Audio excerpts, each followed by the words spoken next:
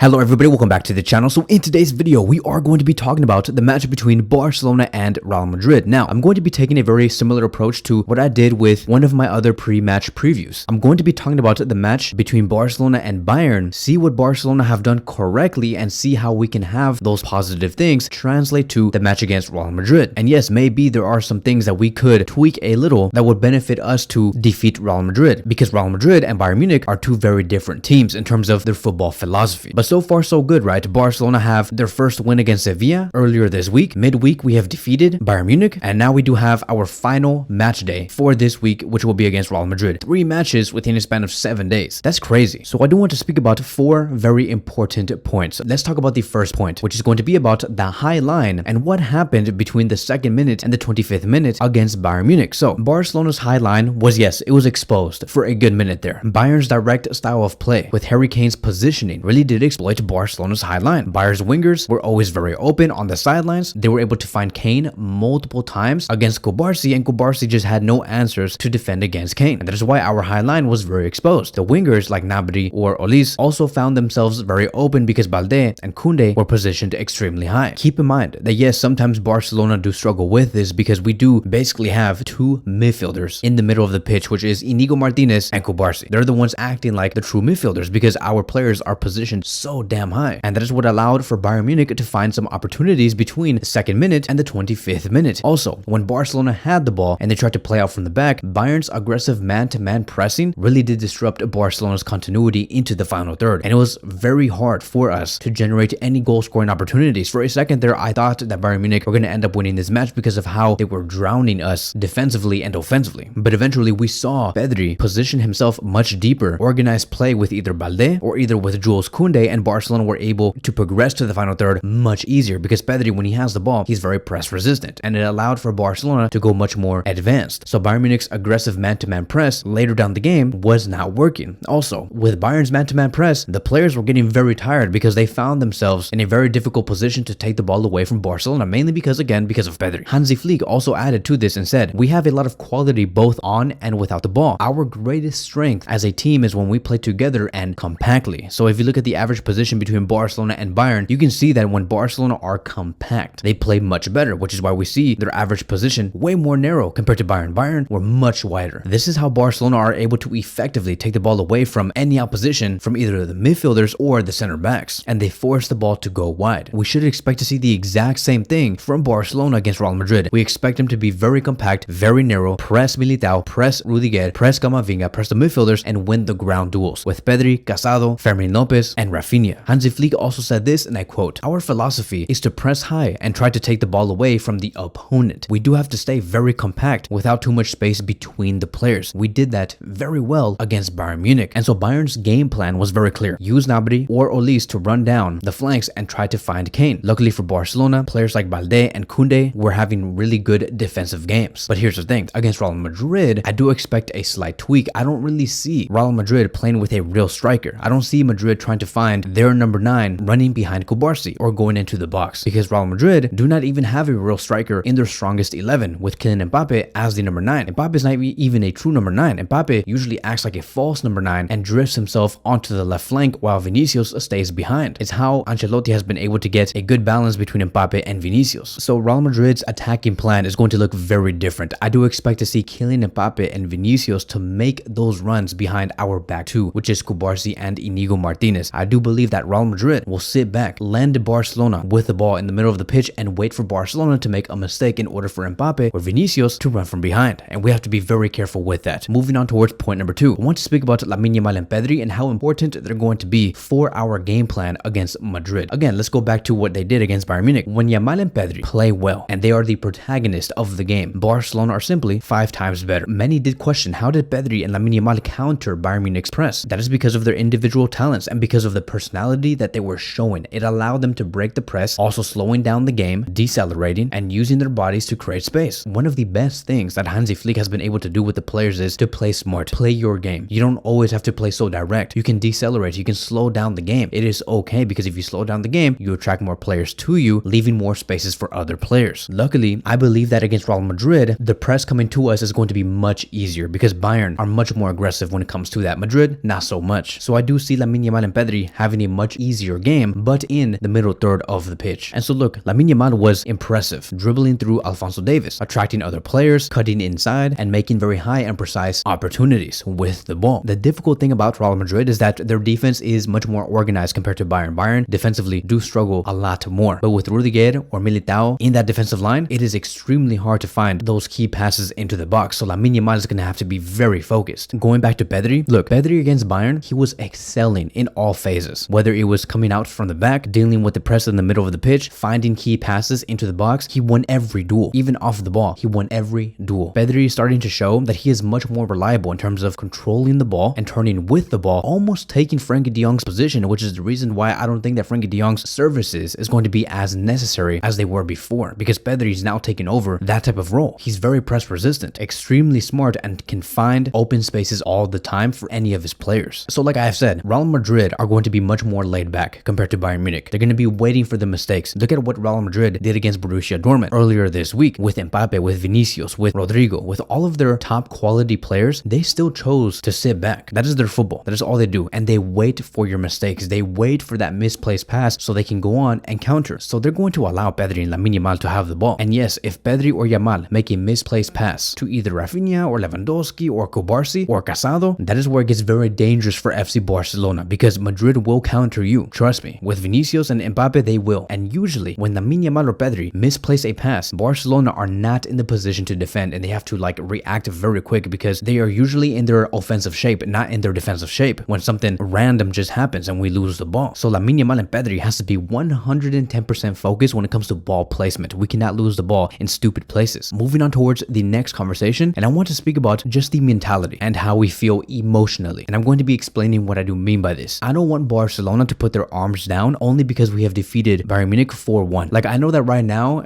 even for us fans, we're dreaming, we're in heaven. All we talk about is positive things and that we should always be happy. Look, at the end of the day, and I want to make this very clear, Barcelona have not won anything this season. And of course, that is because, you know, time has not allowed us yet, right? We have yet to play more than 3 months of football. But Barcelona today have not won anything. We have not won the Champions League. We have not won the league. We have not won the Copa del Rey. We haven't won a single thing. We have not proven anything. Just because Barcelona played a very good game against Bayern, it does not mean that our job is done. And I think, and I would like to think, right, that the players know this. And Hansi Flick is not stupid. He's not dumb. Because this intensity that Barcelona showed against Bayern, this emotional state that we were in when we were like passing the ball all around, knowing that we were overpowering Bayern, right? When everybody was like, ole, ole, ole, right? That emotional state, that high dominant state. We have to take that exact same thing and inject it in every one of our other games until the end of the season. That is going to be the biggest challenge. You don't just do that for one game and say, okay, the job is done. We have shown what we could do, how good we are, and that's it. And we just relax. And then we end up tying or losing a bunch of ridiculous games. No, the intensity and focus is very crucial, especially, right? Especially because of how we play. Because our football is high risk, high reward with a high line. And you guys know that. The players know that. Hansi Flick knows that. This high risk, high reward type of football, it does work well. But if we relax, then we're not going to beat anyone. We're not going to beat a single team. Not Mallorca, not Cadiz, not nobody. Because this is a very dangerous way of playing. And the players have to take this very seriously. Because if you don't, any team can capitalize off of our open spaces at the back. We have to be focused, especially with our offside trap. You don't mess around with that. So we haven't proven anything. I understand that, yes, okay, Barcelona got the biggest win, if not the biggest win in a very long time, right? The last time I think Barcelona experienced something like this was the 4-0 win against Real Madrid back in 2022 at the Santiago Bernabéu. I don't know if you guys remember, but like there was a phase in that first season under Xavi Hernandez around that 4-0 win against Real Madrid where Barcelona were doing very well against Valencia, Napoli, Madrid, you know, like that little era. I don't know if you guys remember with Aubameyang, Ferran Torres, and Adama Traoré, with Luke de Jong. At the end of the day, Barcelona did not win anything. And it was only a phase that lasted about 5 to 6 weeks. I hope that this is not also a phase. I hope that this is what Barcelona actually is, and we're consistent, because the season is long. Like, yes, we won a game. I understand that, yes, we should be happy. We won a game against Bayern Munich, but we did not win the war yet. There's a reason why I did state in my previous video that I still say that Real Madrid are the favorites to win the Champions League. I never said that Barcelona are world beaters and that we're going to win the Champions League. I never said that. I'm not hyping up this team that high. I'm still saying that because on paper, because on paper, Madrid have the better team. They are expected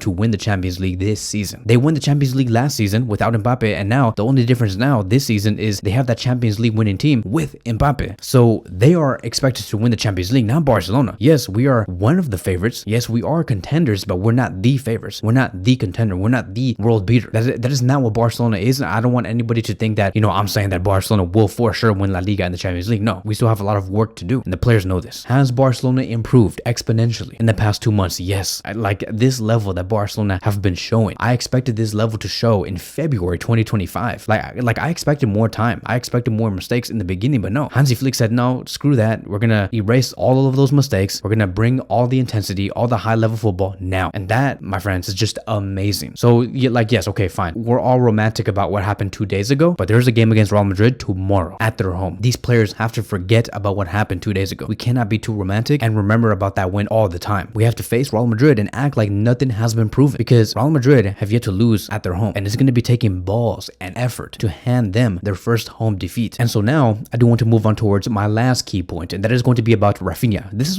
one's going to be a very quick one, because I think that a lot of us understand who Raphinha is now. But Raphinha, to me, is going to be key against Madrid. Exactly like what he did against Bayern, I expect the exact same game. Raphinha was exceptional in terms of play, precise passing, that led towards Barcelona getting the 4-1 win against Bayern. His quick changes of direction when he was running into open space was amazing. Even when he is running into open space, he pulls defenders away from his teammates, and he makes the game much easier for all of his teammates, for Lewandowski, for Lamine Yamal, for Casado, for Pedri. Raphinha is just that guy. I do think that he is a leader. Out of all players right now, Raphinha is the leader, and is also our captain, of course. I remember there was a report that stated that the players during the training session, they do see Raphinha as a very good source of motivation. Raphinha leads by example, and through goals and through assists. It's just amazing what he has been able to do. I mean, like, go look at how Barcelona generated the 3-1 opportunity with Casado making that long pass to the other side of the pitch and Raphinha receiving that ball. I don't remember if it was Casado or Fermin Lopez, correct me if I'm wrong, but still, you guys understand my point. Raphinha is always available. So to me, nothing changes for Raphinha's role. I see him on the left wing position, taking on either Militao or Vasquez, whoever plays on the right to back position. Raphinha can get the job done. At this rate, I do think that he will see his best season yet. Currently, Raphinha has 9 goals and 6 assists in all competitive competitions within a span of 13 games. So if you really think about it, right, he has 15 goal contributions. In his past 2 seasons before this one with Barcelona, he has had 22 goal contributions in 37 matches, and in his first season, he has had 22 contributions in 50 matches. So Raphinha is 7 goal contributions away from defeating his best season at Barcelona. Only 7, and we have only played 3 months of football. Can you imagine what his stats might look like by the end of this season? At this rate, he could very well see around 15 goals and 15 assists, which ultimately could take him to 30 plus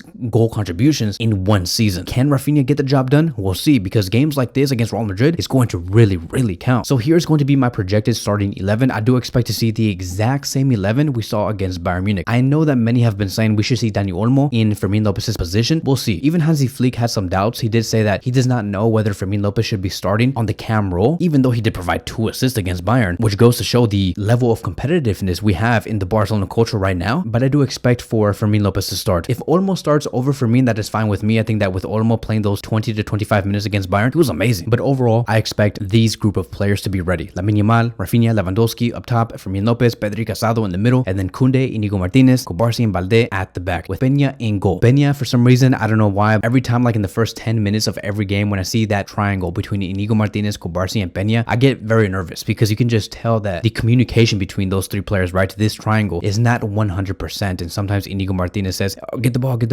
and then Peña's like, no, I'm fine. I'm gonna just stay here next to the goal. And then Inigo Martinez has to kick the ball out because he's getting pressed. Or Cubarsí passes it to Peña, and then Peña does not know who to pass it to. I'm like, bro, this is like, it's giving me an anxiety attack. But hopefully they get the communication and the chemistry to 100%, because we're gonna need that, and especially against Madrid with Mbappé and Vinicius forcing those errors. But that is it. That is going to be wrapping up today's video. Thank you guys so much for watching, and I will see you guys in the next one.